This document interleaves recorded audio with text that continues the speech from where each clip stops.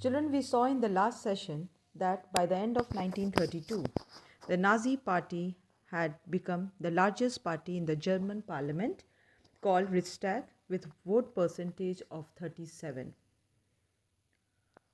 On January 30, 1933, Hitler was offered the chancellorship by the German president Hindenburg. Chancellor was the highest position in the cabinet of ministers.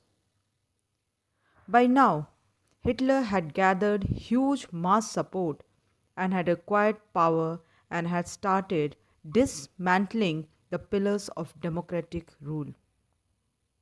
A mysterious fire broke out in the German parliament building, Reichstag, on 28 February 1933. This incident gave Hitler a chance to move towards total dictatorship. He immediately suspended civic rights like freedom of speech, press, and assembly that had been guaranteed by the Weimar Constitution. He sent his arch enemies, that is, the communists, to the concentration camps.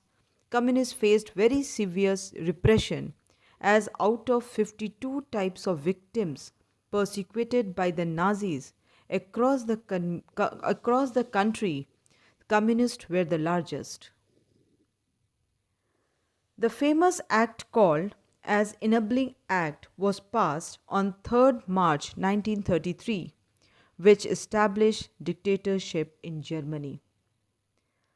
This act gave Hitler all powers to rule by his own wishes and sideline the parliament, except the Nazi Party and its affiliates. All the political parties and trade unions were banned. The total control over the economy, media, army, and judiciary was taken over by the state. Children, the society was controlled and ordered in the way that the Nazis wanted. For this, special surveillance and security forces were created.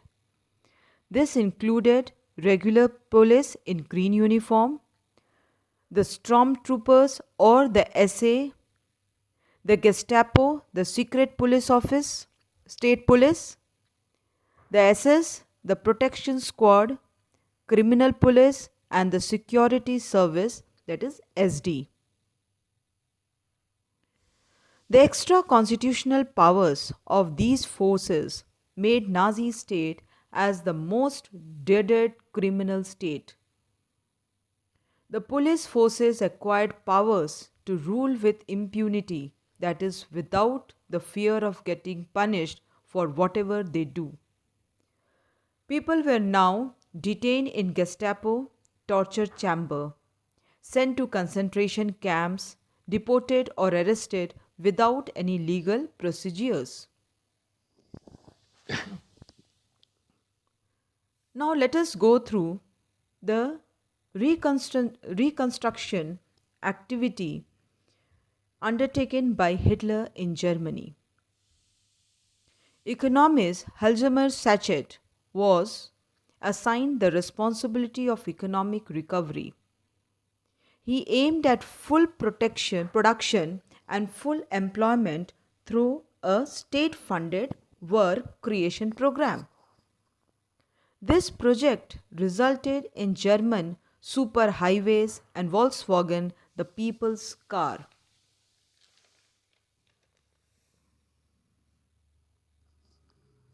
Children, Hitler's foreign policy was also very successful. He pulled out of the League of Nations in 1933. Number 2, he reoccupied Greenland in 1936. Then Germany integrated Austria and Germany in 1938 under the slogan One People, One Empire, One Leader. He wrested German-speaking Sudetenland from Czechoslovakia. In all this, he got support from England, who considered Versailles' verdict as too harsh. These quick successes at home and abroad added in changing the destiny of Germany. But Hitler did not stop here. In spite of being advised by the economist Sachet against investing hugely in rearmament in the ongoing economic crisis, Hitler chose to go for war. Cautious people like Halzamer Sachet had no place in Nazi Germany. He had to leave. In order to accumulate resources through expansion of territory, Hitler continued with war and invaded Poland in September 1939. This started war with France and England. In order to strengthen his international power, Hitler signed a tripartite pact between Germany, Italy, and Japan in September 1940. And by the end of 1940, Hitler reached as the peak of his power in large part of Europe. Now, in order to ensure food supplies and living space for Germans, Hitler wanted to conquer Eastern Europe. He attacked the Soviet Union in June 1941. And it was a historic blunder which Hitler did. By this, he exposed German Western Front to British aerial bombing and the Eastern Front to powerful Soviet armies. The Soviet Red Army forced a crushing and humiliating defeat on Germany at Stalingrad and reached up to Berlin and established Soviet control over the entire Eastern Europe for half a century thereafter. USA till now had resisted its involvement in the war, but it could not stay out of the war for long. In the East, Japan was expanding its power, had occupied French Indochina, and was planning attacks on USA naval bases in the Pacific.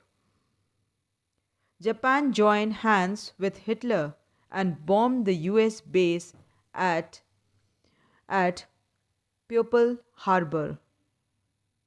This forced US to enter the Second World War.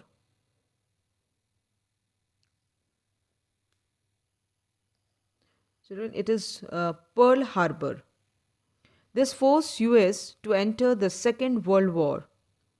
The defeat of children in 1945 and US dropping of the atom bomb on Hiroshima in Japan brought an end to the Second World War.